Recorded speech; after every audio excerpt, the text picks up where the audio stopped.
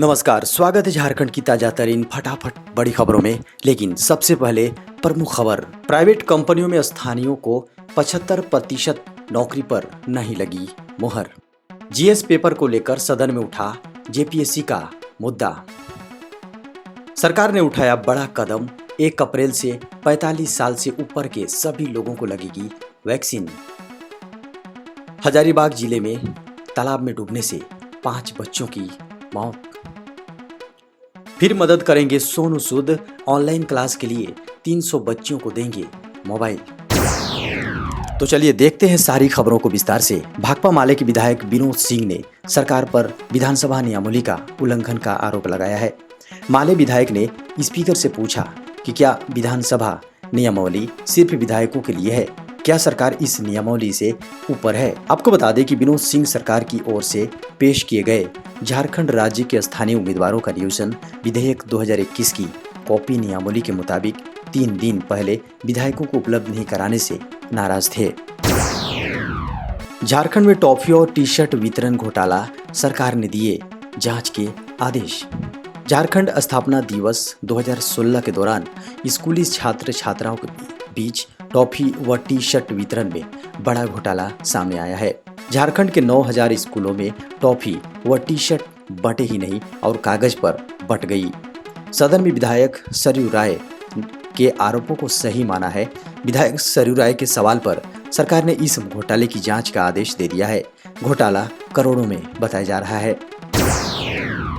खबर है, आदिवासियों से 100 रुपए किलो चावल खरीद रही सरकार, वन उपज का भी होता है एमएसपी। सरकार फिलहाल 23 कृषि उत्पादों पर एमएसपी देती है, लेकिन क्या आपको पता है कि वनवासियों को सामाजिक सुरक्षा देने के लिए रिकॉर्ड 87 लघु वन उत्पादों पर भी यह सुविधा प्रदान करती है। केंद्र सरकार ने 2011 में यह सुविधा शुरू की थी। इसके तहत काले चावल का दाम 100 रुपए प्रति किलो तय है, मशरूम 300 रुपए, जबकि जंगली शहद का सरकारी रेट 225 रुपए किलो तय किया गया है। नेतरहाट आवासीय विद्यालय का 10 करोड़ में होगा कायाकल्प। दोस्तों, नेतरहाट आवासीय विद्यालय की शिक्षा एवं साक्षरता विभाग के प्रस्ताव को झारखंड के मुख्यमंत्री श्री हेमंत सोरेन ने मंजूरी दे दी है। उन्होंने विद्यालय को विश्व के पटल पर पहचान दिलाने का वादा किया था। नेतरहाट आवासीय विद्यालय का सुदृढ़ीकरण और संरचना विकास करने पर सरकार 10 करोड़ रुपए खर्च करेगी। यह राशि वित्तीय वर्ष 2020-21 के लिए राज्य योजना के अधीन सहायक अनुदान के तहत दी गई है। खबर है, 1 अप्रैल से 45 साल से ऊपर के सभी लोग लगवा सकेंगे वैक्सीन। केंद्र सरकार ने 1 अप्रैल से 45 साल से ज्यादा के सभी लोगों को वैक्सीन लगाने की सुविधा देने का फैसला किया है। भारत ने कोविड वैक्सीनेशन का दायरा बढ़ाने का फैसला किया है। मंगलवार को केंद्रीय कैबिनेट के फैसलों के बारे में जानकारी देते हुए केंद्रीय मंत्री प्रकाश जावड़ेकर ने बताया कि यह फैसला लिया गया है कि 1 अप्रैल से 45 साल से अधिक उम्र के लोगों के लिए वैक्सीन लगवाने की सुविधा होगी। उन्होंने कहा कि 45 साल से ऊपर के व्यक्ति जिन्हें कोई बीमारी है या नहीं है, सबको कोरोना वैक्सीन की डोज दी जाएगी। 1 से 8 अप्रैल तक होगी रेलवे के 6ठे फेज की परीक्षा। रेलवे में स्नातक स्तरीय विभिन्न पदों पर नियुक्ति के लिए कंप्यूटर बेस्ड परीक्षा ली जा रही है। इसी कड़ी में 6ठे चरण की परीक्षा 1 अप्रैल से ली जाएगी। रेलवे रिक्रूटमेंट बोर्ड की ओर से इस बाबत नोटिफिकेशन जारी कर दिया गया है। 6ठे फेज के पहले चरण की परीक्षा 1, 3, 5, 6, 7 और 8 अप्रैल को होगी। इस परीक्षा में करीब 6 लाख उम्मीदवारों के शामिल होने की संभावना जताई जा रही है। खबर है, दोबारा बदला रिम्स का ट्रामा सेंटर कोविड अस्पताल में। ट्रामा सेंटर स्थित इंटीग्रेटेड कोविड सेंटर को फिर से पूरी तरह कोरोना के मरीजों के लिए खोल दिया गया है। स्टाफ की डिमांड और दवाओं की मांग भी प्रबंधन से की गई है, ताकि किसी भी आपात स्थिति में निपटा जा सके। आपको बता दें कि रिम्स में कोरोना के गंभीर मरीजों का इलाज किया जाता है। रांची में कोरोना से मरने वालों की संख्या 252 पहुंच गई है। रांची फिलहाल 400 से अधिक कोरोना के एक्टिव केस हैं। मौसम विभाग के अनुसार अगले 3 दिनों में राजधानी में गर्मी और बढ़ सकती है। अगले 2 दिनों में 2 डिग्री सेल्सियस तक तापमान में वृद्धि की संभावना है। मध्य प्रदेश और राजस्थान के ऊपर एक कम दबाव का क्षेत्र बन रहा है। इसका असर झारखंड पर 24 मार्च तक देखने को मिलेगा। आपको बता दें कि इस दौरान झारखंड में मौसम विभाग की ओर से अगले 4 दिनों तक किसी भी प्रकार की चेतावनी जारी नहीं की गई है। झारखंड में हुक्का बार चलाने पर पूर्ण पाबंदी, उल्लंघन करने पर 3 साल की सजा। अब झारखंड में सार्वजनिक स्थानों पर किसी भी प्रकार के तंबाकू उत्पादों के सेवन पर पूर्ण प्रतिबंध लगा दिया गया है। इतना ही नहीं, अब झारखंड में हुक्का बार पर पूरी तरह पाबंदी लगा दी गई है। इसका उल्लंघन करने पर 3 साल की सजा या 1000 रुपए का जुर्माने का प्रावधान किया गया है। जी आपको बता दें कि झारखंड विधानसभा में सोमवार को कोटपा संशोधन विधेयक 2021 पास कर दिया गया। खबर है, हजारीबाग में बड़ा हादसा, तालाब में डूबने से 5 बच्चों की मौत। दोस्तों, हजारीबाग जिले के कटकम दाग थाना क्षेत्र में दर्दनाक हादसा हुआ, जिससे लोगों की चीख पुकार गूंजने लगी। आपको बता दें कि जिले के कटकम दाग थाना क्षेत्र के गदोखर गांव स्थित तालाब में डूबने से 5 बच्चों की मौत हो गई। हादसे के बारे में जानकारी दी गई है कि सभी बच्चे नहाने गए थे, उसी दौरान डूबने से उनकी मौत हो गई। इसकी जानकारी स्थानीय और परिजनों को मिलते ही सभी तालाब की ओर भागे और उनकी पानी में तलाश शुरू कर दी, जिसके बाद सभी को मृत पाया गया। खबर है, झारखंड राज्य भवन निर्माण निगम लिमिटेड ने अकाउंट ऑफिसर और मैनेजर की करेगी भर्ती। झारखंड राज्य भवन निर्माण निगम लिमिटेड ने विभिन्न पदों पर नियुक्ति के लिए आवेदन मांगे हैं। चीफ अकाउंट्स ऑफिसर, मैनेजर और अकाउंट्स ऑफिसर के लिए योग्य कैंडिडेट आवेदन कर सकते हैं। निर्धारित फॉर्मेट संबंधित वेबसाइट पर देखा जा सकता है या फिर इसके लिए धुरवा रांची में प्रोजेक्ट बिल्डिंग स्थित कार्यालय से संपर्क करना होगा। खबर है, निजी कंपनियों में स्थानीयों को 75% नौकरी पर नहीं लगी सदन की मुहर। झारखंड के स्थानीय युवाओं के नियोजन से जुड़ा विधेयक विधानसभा में पास नहीं हो सका। इस विधेयक के तहत निजी क्षेत्र की कंपनियों में स्थानीय युवाओं को 75% आरक्षण दिया जाना है। विधेयक में कई त्रुटियां सामने आई। कुल 22 विधायकों ने संशोधन प्रस्ताव लाया था, जिसके बाद मुख्यमंत्री ने इस विधेयक को प्रवर समिति के समक्ष भेजने का फैसला लिया।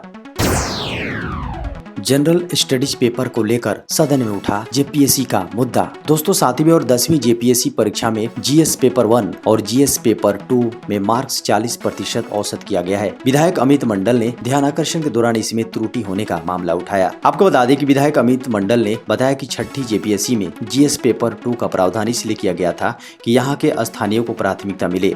जीएस पेपर 2 में झारखंड से संबंधित होता है।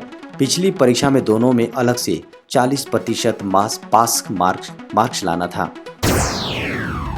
खबर है, फिर से मदद के लिए आगे आए सोनू सूद। ऑनलाइन क्लास के लिए 300 बच्चियों को देंगे मोबाइल। दोस्तों, एक मामला यूपी से सामने आया है, जहां वात्सल्य एनजीओ नामक एक ट्विटर अकाउंट के माध्यम से ट्वीट कर सोनू सूद से मदद मांगी गई है। ट्वीट में लिखा गया, 300 बच्चियों का भविष्य अब आपके हाथ में है सर। पूरे लॉकडाउन में मोबाइल फोन न होने के कारण ये बच्चियां पढ़ाई नहीं कर सकी, जिसके बाद सोनू ने तुरंत फैसला लेते हुए रीट्वीट किया। 300 परिवारों की इन बच्चियों को ऑनलाइन, जी हाँ, इन बच्चियों की ऑनलाइन क्लास अब से मिस नहीं होगी। इनके मोबाइल इस सप्ताह पहुंच जाएंगे। सोनू सूद की इसी उदारता का सम्मान करते हुए स्पाइस जेट ने सोनू सूद को सम्मानित करने के लिए अपने बोइंग 737 विमान पर अभिनेता की एक तस्वीर लगाई।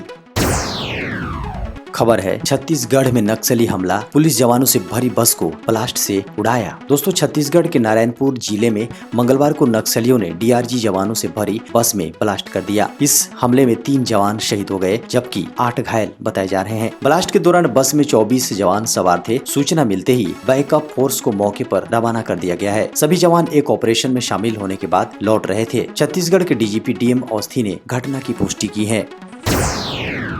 खबर है, ट्रेन या प्लेटफॉर्म पर बीड़ी सिगरेट पीने वालों पर होगी कार्रवाई। ट्रेन या प्लेटफॉर्म पर बीड़ी या सिगरेट पीने वालों के खिलाफ रेलवे मंत्रालय सख्ती बरतेगा। इसके लिए देश भर में अभियान चलाने का फैसला लिया गया है। पहले 1 सप्ताह लोगों को जागरूक किया जाएगा, इसके बाद ऐसे लोगों के खिलाफ कार्रवाई की जाएगी। साथ ही प्लेटफॉर्म, यार्ड या फिर वॉशिंग लाइन पर आग जलाकर या अंगीठी में खाना बनाने वालों पर भी कानूनी कार्रवाई की जाएगी। खबर है, केंद्र की नई गाइडलाइन, कोविशील्ड की पहली डोज और दूसरी डोज के बीच अंतराल को बढ़ाएं। दोस्तों, भारत में कोरोना की वैक्सीन कोविशील्ड की पहली डोज और दूसरी डोज के बीच 6 से 8 हफ्ते के अंतराल में लेना होगा। अब तक पहली खुराक दिए जाने के 4 से 6 हफ्ते में दूसरी खुराक लेनी होती थी, लेकिन अब इस समय को बढ़ा दिया गया है। यह फैसला national technical advisory group on immunisation और national expert group on vaccine administration for कोविड-19 की बैठक में हुए फैसले के बाद केंद्रीय स्वास्थ्य मंत्रालय को ऐसा करने की सलाह दी गई है, जिसके केंद्र सरकार ने सलाह को मानते हुए इसे लागू करने का फैसला किया। खबर है, होली से पहले केंद्रीय कर्मचारियों को सरकार दे रही है 10,000 रुपए एडवांस। दोस्तों, केंद्रीय कर्मचारियों की होली को ज्यादा रंगीन बनाने के लिए मोदी सरकार ने एक बड़ा फैसला लिया है। मोदी सरकार ने अपने कर्मचारियों के लिए स्पेशल फेस्टिवल एडवांस स्कीम की शुरुआत की है। 29 मार्च को होली है। महीने के आखिर में आमतौर पर कर्मचारियों की सैलरी, EMI और घर के बाकी खर्चों में चली जाती है। इसलिए कर्मचारियों का होली का त्योहार खुशियों के साथ बीते, उन्हें पैसों को लेकर कोई परेशानी न आए, इसलिए स्पेशल एडवांस स्कीम ऑफर की गई है। खबर है, सुप्रीम कोर्ट ने पूछा कब तक रहेगा आरक्षण, इसे छोड़ शिक्षा पर क्यों नहीं देते ध्यान। दोस्तों, उच्चतम न्यायालय ने मराठा कोटा मामले की सुनवाई के दौरान सोमवार को कहा कि राज्यों को शिक्षा को बढ़ावा देने और सामाजिक एवं शैक्षणिक रूप से पिछड़े वर्गों के उत्थान के लिए संस्थानों की स्थापना के लिए और कदम उठाने चाहिए, क्योंकि सकारात्मक कार्रवाई सिर्फ आरक्षण तक सीमित नहीं है। मराठा कोटा मामले की सुनवाई कर रही न्यायमूर्ति अशोक भूषण की अध्यक्षता वाली 5 न्यायाधीशों की संविधान पीठ ने कहा कि इस उद्देश्य के लिए राज्यों द्वारा कई अन्य कार्य किए जा सकते हैं। पीठ ने कहा कि अन्य काम क्यों नहीं किए जा सकते। खबर है, 10वीं पास के लिए बिना परीक्षा रेलवे में नौकरी का मौका। दोस्तों, उत्तर मध्य रेलवे झांसी में ट्रेड अप्रेंटिस के कुल 480 पदों पर भर्ती के लिए नोटिफिकेशन जारी किया है। ये नियुक्तियां fitter, mechanic, carpenter, electrician trade के लिए की जाएगी। योग्य और इच्छुक उम्मीदवार mponline.gov.in पर जाकर ऑनलाइन आवेदन कर सकते हैं। आपको बता दें कि आवेदन अंतिम तिथि 4 अप्रैल 2021 है। खबर है, सुप्रीम कोर्ट का फैसला, पूरी तरह ब्याज माफ नहीं, कंपाउंड ब्याज भी होगा रिफंड। दोस्तों, लोन मोरेटोरियम मामले में सुप्रीम कोर्ट ने बड़ा फैसला दिया है। सुप्रीम कोर्ट के इस फैसले पर उन लोगों को झटका लगा है जो लोन मोरेटोरियम पर पूरी तरह ब्याज माफी की मांग कर रहे थे। सुप्रीम कोर्ट ने ब्याज में पूरी तरह छूट देने से इनकार कर दिया है। सुप्रीम कोर्ट ने कहा कि सिर्फ कुछ लोगों की असंतुष्टि के कारण कोर्ट पॉलिसी में दखल नहीं दे सकता। खबर है, धोनी ने रांची में खोला पहला आउटलेट, एक ही दिन में बिक गया सारा सामान। दोस्तों, भारतीय क्रिकेट टीम इंडिया के पूर्व क्रिकेटर महेंद्र सिंह धोनी का क्रेज रिटायर होने के बाद भी उनके प्रशंसकों में अब भी कायम है। इसका ताज़ा उदाहरण रांची में देखने को मिला है।